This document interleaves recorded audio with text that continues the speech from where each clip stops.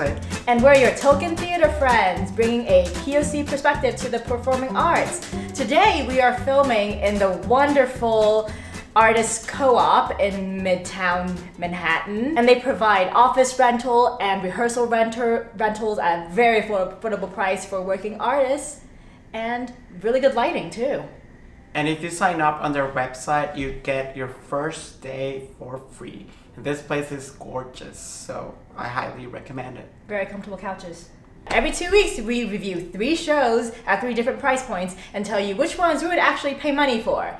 Because we're theater critics, so we don't pay for shows. Go us.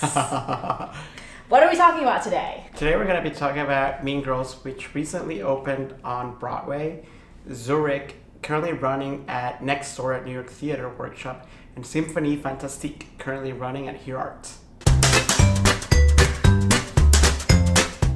So in Mean Girls, based on a 2004 film written by Tina Fey, 16-year-old Katie Heron has moved from Africa to Chicago, and she's embarking on the wildest adventure of her life, high school, where she meets the Plastics, the most popular girl group in the high school, and learns how to become one of them without losing herself. How many times have you seen Mean Girls? Is it too many to count? Way too many. I think I watched the musical and then I went home and I watched the movie. Is this the first movie, we're millennials? Is this the first big millennial movie that's been turned into a Broadway musical? Because I couldn't think of anything else. Yes, I think so. I think this is the first movie that was made after 2000 that has been turned into a musical. So Jose, was it fetch? It was so fetch. Because I was wondering, we love the movie, right? Mm-hmm. And I think a lot of the people who go see the show love the movie.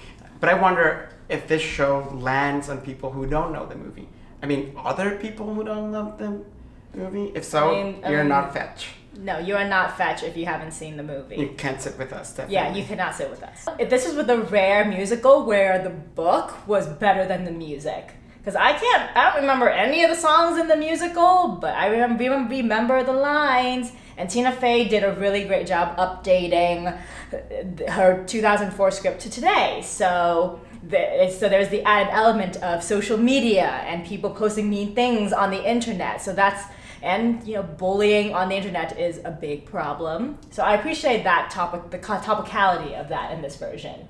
I did love how she gives the side characters, Damien and Janice, they become the narrators. And, that's not something that we see in the movie. The movie's focused on Lindsay Lohan's character. Yes. And here we get to see high school from the point of view of the nerds and the losers, which I'm not sure if you were one, but I was such a loser in high school. Yeah. Mm-hmm. And we don't get to have our point of the story, our point of view ever told. So I really love this about the musical. When Damien went, "You go Glen Coco," and the entire room is cheering, you have something special. Yes. And half of the room didn't know what the hell was going on.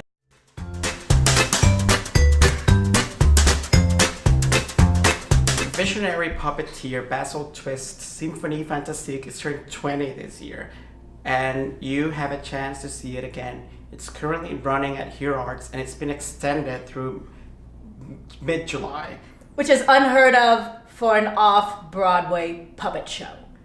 Why has it been extended? It's just incredibly magical. It's glorious. I wish there was, this sounds really corny, but I wish there was an easy way to put this show into words. There isn't. It's something that you really have to go see.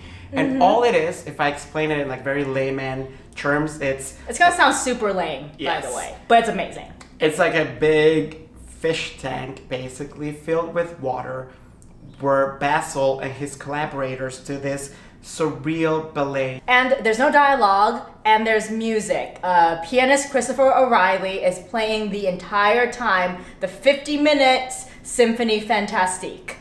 So it's classical music, and there's fabric dancing in water, and it is the most soothing experience I have had in the theater in the last season. This is one of those times. For me, it was one of those times where just turn off the part of your brain where you're like, what is going on? Just turn it off. Just let it wash over you like a blanket, and just enjoy it. It's like you're going for a swim. Just let it happen.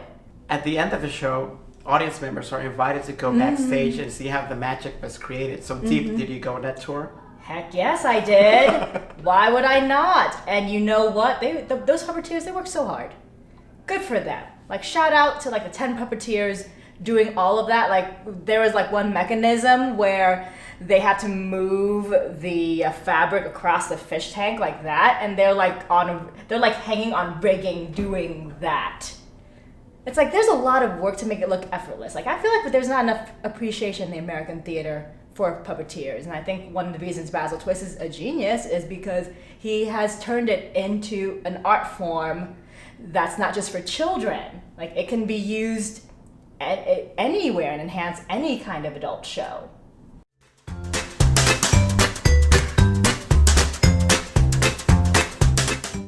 In Zurich, a group of strangers find themselves stranded in a Swiss hotel without really knowing each other, without really interacting, without really having any connection to each other. So the audience gets to be voyeurs. We're looking outside the hotel window at what goes on several of these guests' rooms. Basically, there's not really much of a plot to this show. It was more of I would call it like an experience in a way, like spying. I felt I was spying all the time. So there is one thing I would disagree with you on, that there's no plot. There is a plot.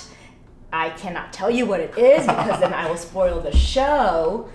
But I think it's about, so when a big event happens, people are reduced to a statistic.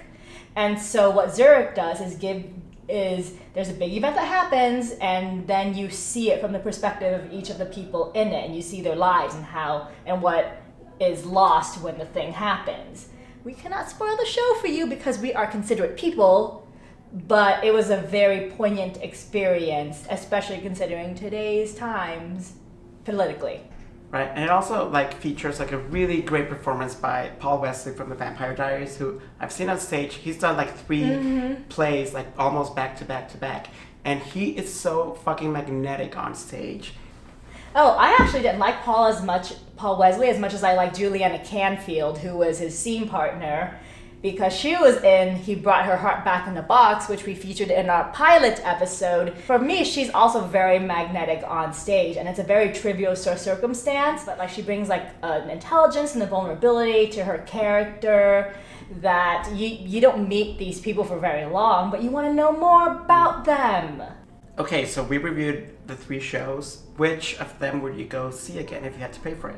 I think I would see Symphonie Fantastique, and I would probably call my weed guy before I do that. Meanwhile, I'm gonna keep being too gay to function and go for Mean Girls, which I had a blast at.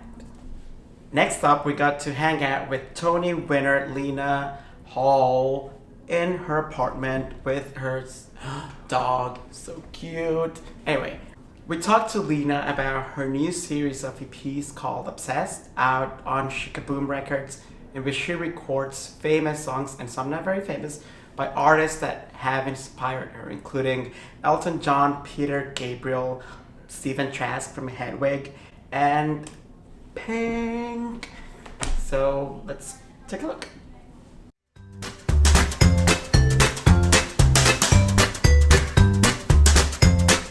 Can you tell us about how Obsessed got started?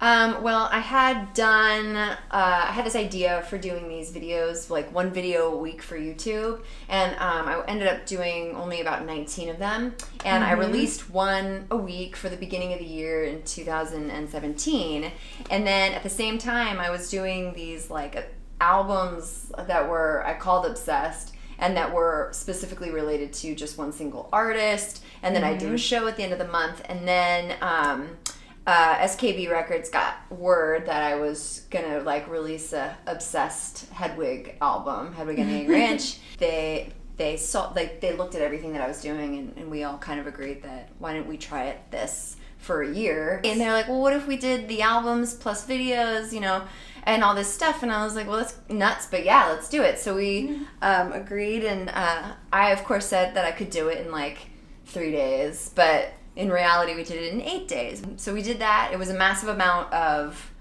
singing in like only 8 days, and like I did about 3 or 4 takes per song. So 3 times 54 songs we ended up doing.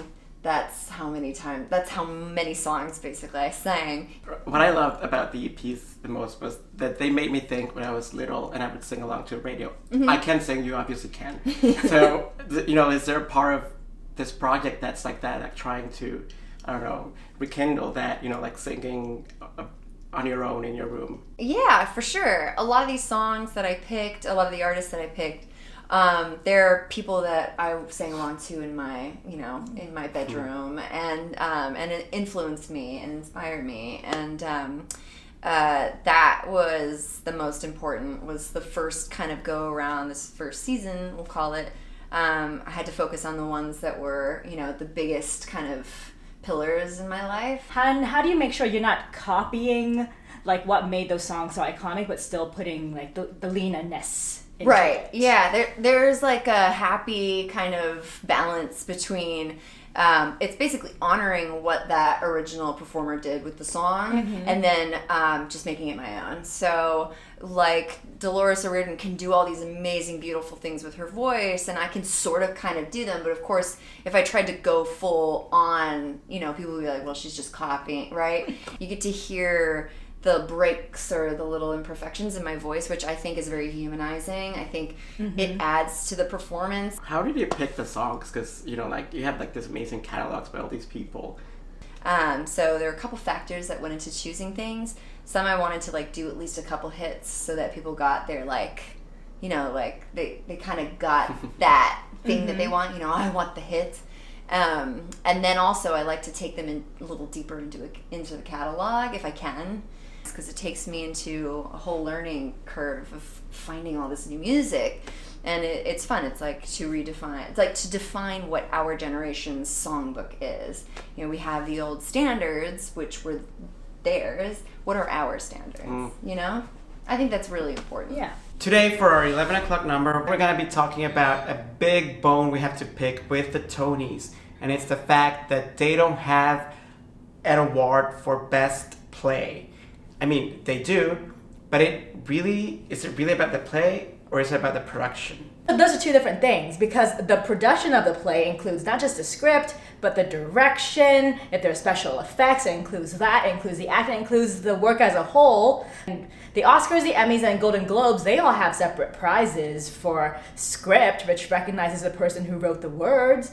And so, like, American theater prizes the playwright. So why does the playwright not get his or her own award? And why is it for Best Play, the producer comes up and makes the first speech? That is it for our episode. Thank you for watching as always. If you have comments on things that we should cover, please leave us a comment below. And we'll see you next time. And remember, theater is more fun if you take your friends. Bye.